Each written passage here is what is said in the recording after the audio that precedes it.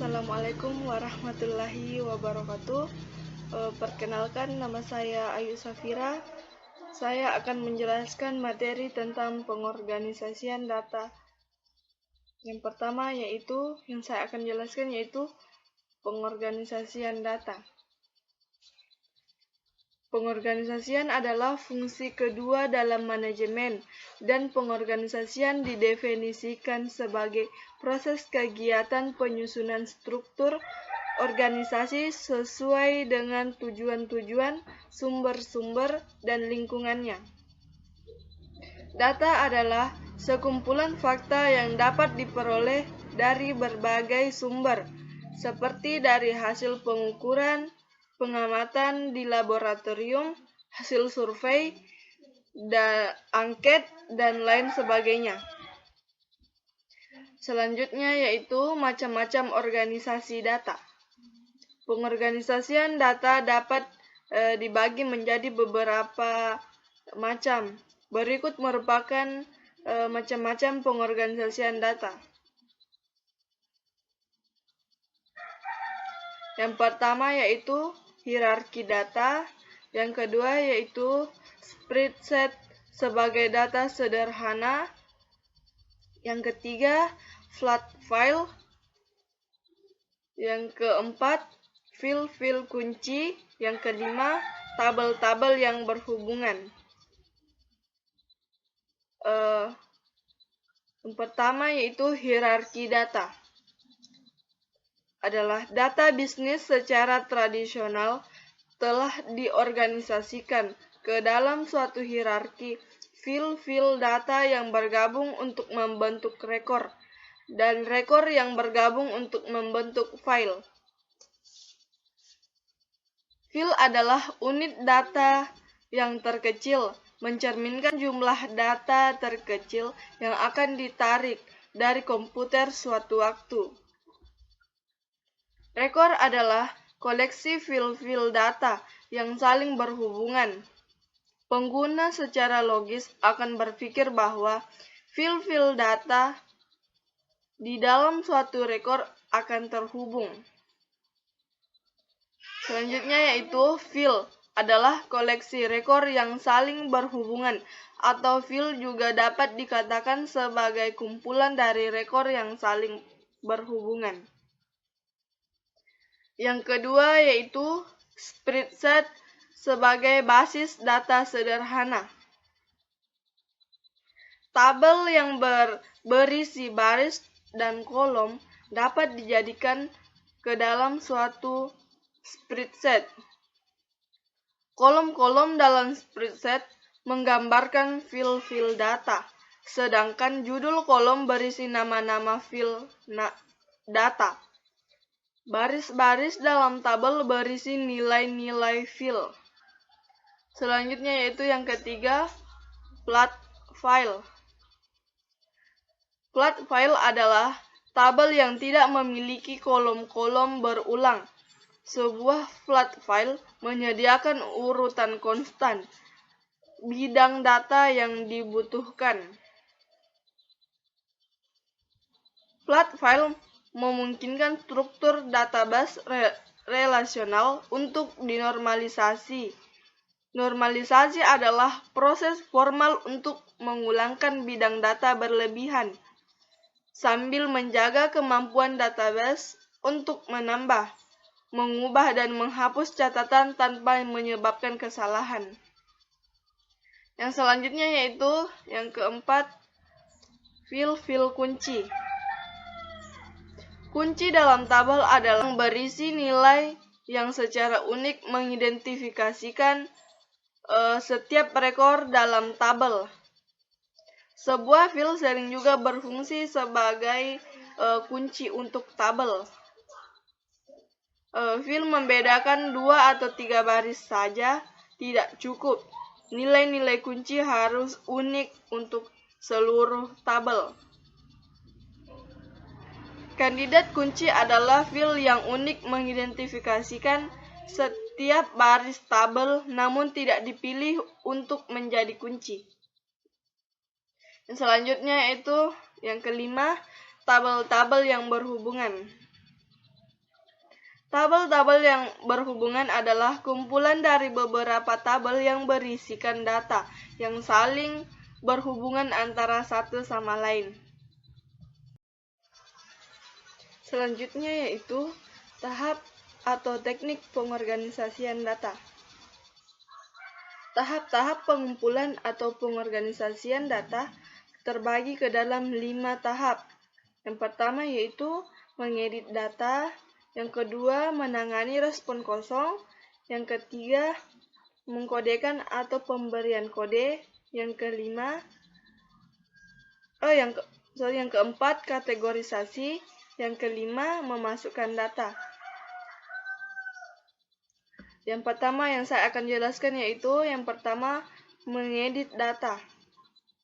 Data harus diedit terutama jika berkaitan dengan respon terhadap pertanyaan terbuka atau open-ended question dalam wawancara atau kuesioner atau observasi yang tidak terstruktur.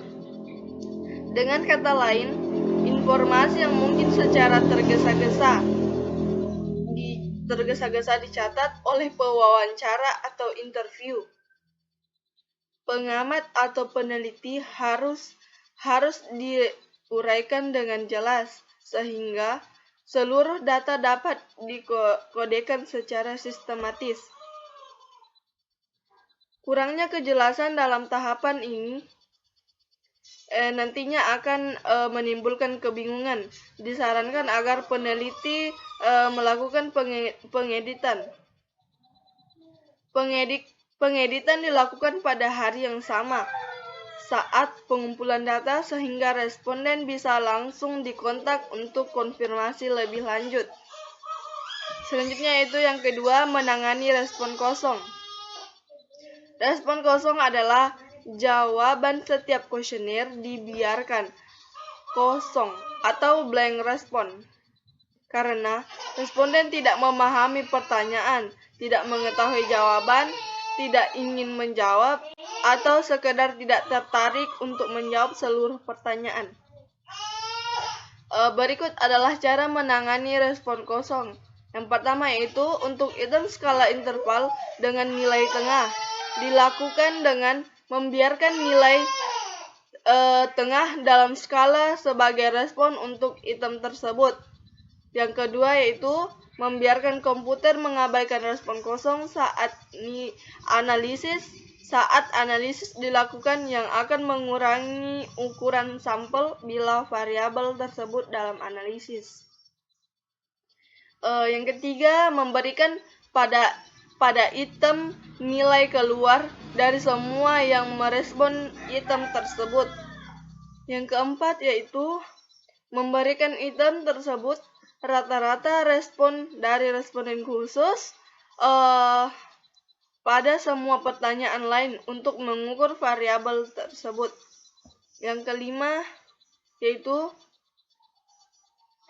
memberikan respon kosong sebuah angka acak dalam kisaran skala tersebut. Cara terbaik untuk menangani respon kosong untuk meningkatkan validitas penelitian, khususnya jika ukuran sampel besar, adalah mengabaikan kasus di mana data yang berkaitan dengan analisis tertentu hilang. Tetapi jika banyak yang menjawab tidak tahu, maka diperlukan investigasi lebih lanjut. Selanjutnya yaitu yang ketiga, mengkodekan atau pemberian kode. Proses pengkodean akan menjadi lebih mudah jika dilakukan perencanaan pada saat mendesain kuesioner. Dimungkinkan untuk memasukkan data secara langsung. Kuesioner akan memerlukan penelusuran melalui beberapa kuesioner, halaman demi halaman, yang mungkin akan menimbulkan kesalahan dan kesalahan dalam pengkodean mungkin untuk terjadi. Karena itu, setidaknya 10% kuesioner yang dikodekan sebaiknya diperiksa untuk keakuratan pengkodean. seleksinya mungkin mengikuti prosedur pengambilan sampel sistematis. Selanjutnya yaitu yang keempat, kategorisasi. Tahap ini berguna untuk membuat skema untuk mengkategorikan variabel, sehingga beberapa item yang mengukur suatu konsep dapat semuanya dikelompokkan bersama. Selanjutnya yaitu yang kelima, memasukkan data. Tahap ini dilakukan dengan memasukkan data ke dalam komputer dengan menggunakan perangkat lunak seperti SPSS. Analisis data dalam penulisan teori. Analisis data dalam penulisan teori.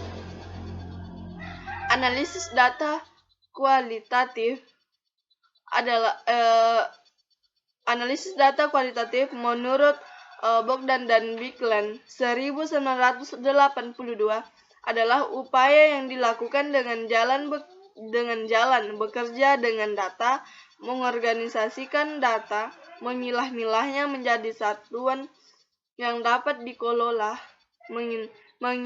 mensintesiskannya, mencari dan menemukan pola, menemukan apa yang penting dan apa yang dipelajari, dan memutuskan apa yang dapat diceritakan kepada orang lain.